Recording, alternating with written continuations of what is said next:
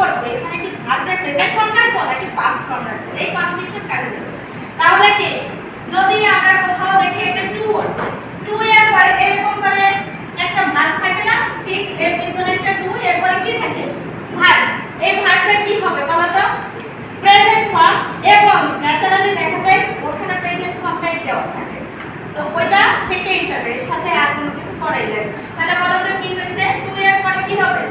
ভার্বের প্রেজেন্ট ফর্মটা প্রেজেন্ট ফর্মে থাকবে এবার কিন্তু কথা হচ্ছে যে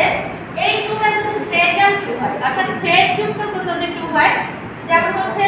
Y to due to with a view to in order two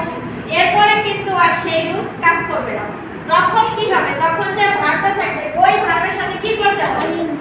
ING যুক্ত করতে হবে তাহলে আমরা আবার ভালো করে বুঝতে হবে যদি নরমালি টু থাকে টু পরের ভার্বটা কি হয়ে যাবে প্রেজেন্ট ফর্ম কিন্তু যদি প্রেজেন্ট টু থাকে তখন কিন্তু ভার্বটা প্রেজেন্ট ফর্ম হবে তখন কি হয়ে যাবে ভার্বের সাথে আইএনজি তো এবার পৃথিবীতে যত মডেল আছে এই মডেলের চেহারা আমরা প্রতিনিয়তই জানি নাকি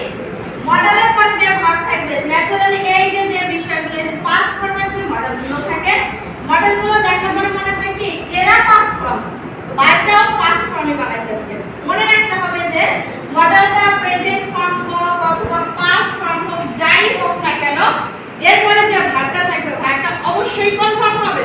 প্রেজেন্ট ফর্ম তাহলে মডেলের পরে ভার্ব কি হবে প্রেজেন্ট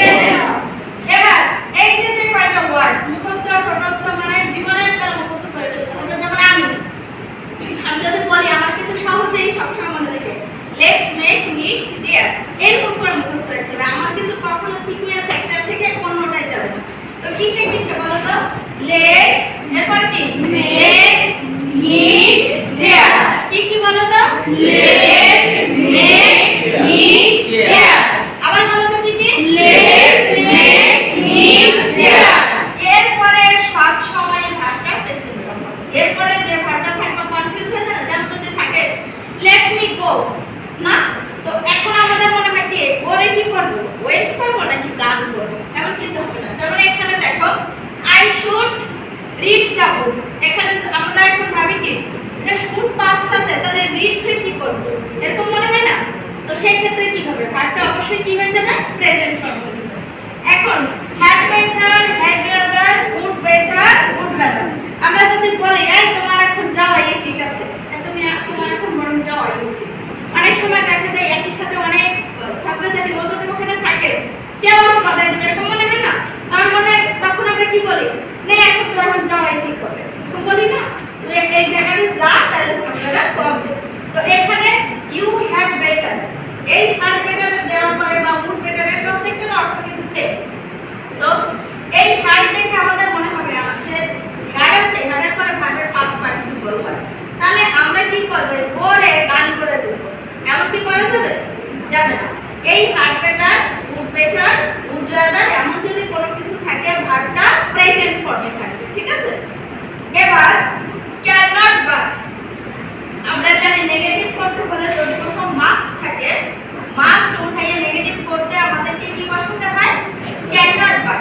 অথবা ক্যান নট হেল্প তো ক্যান নট বাট যদি বসাই ভার্বটা প্রেজেন্ট ফর্ম বসে বাট ক্যান নট হেল্প যদি বসাই তাহলে ভার্বটা আইএনজি হয় আমরা এখানে এই রুলসটা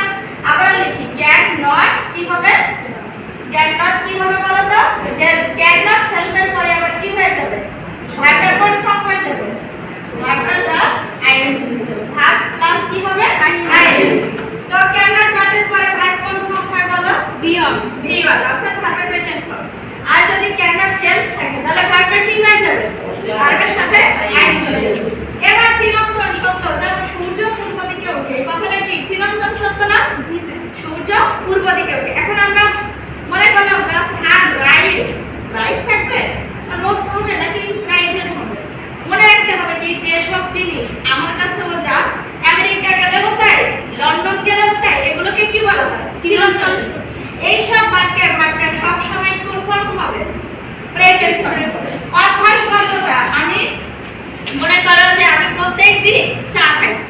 এটা কি একটা অভ্যাস না আমি প্রতিদিন সকালে হাঁটতে যাই এটা কি অভ্যাস না এই যে অভ্যাসগত যদি কোনো সেন্টেন্স দেখো ওই সেন্টেন্সে ভার্বটা অবশ্যই কি হয়ে যাবে বলো তো প্রেজেন্ট ফর্ম হবে এবার সেন্টেন্সের মধ্যে ন্যাচারালি কিছু অ্যাডভার্ব আমরা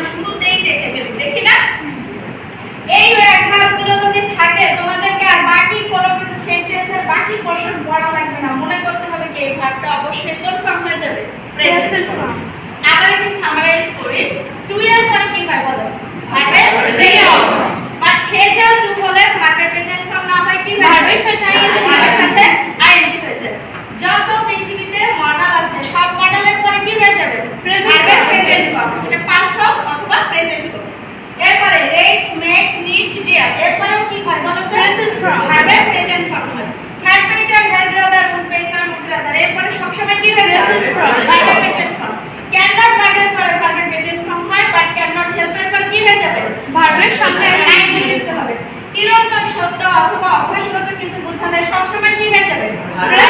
প্রেজেন্ট ফর্ম। সেন্টেন্সের